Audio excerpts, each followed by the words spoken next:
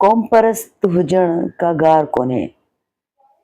ऐं जंहिंजी जेका क़ौम हूंदी आहे, जेकॾहिं तव्हां बलोची आहियो त बलोच सॾु रहंदो त मां बलोच क़ौम सां आहियां।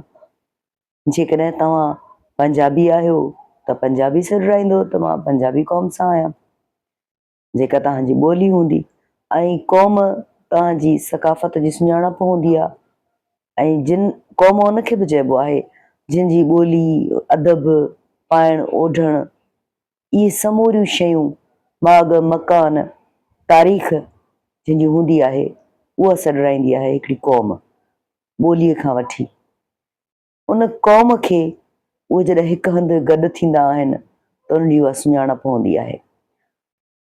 ज़रूरत इन ॻाल्हि जी आहे त क़ौम परस्त सॾु रहण न गार आहे, न का ग़लति ॻाल्हि आहे, न का ग़लति सोच आहे।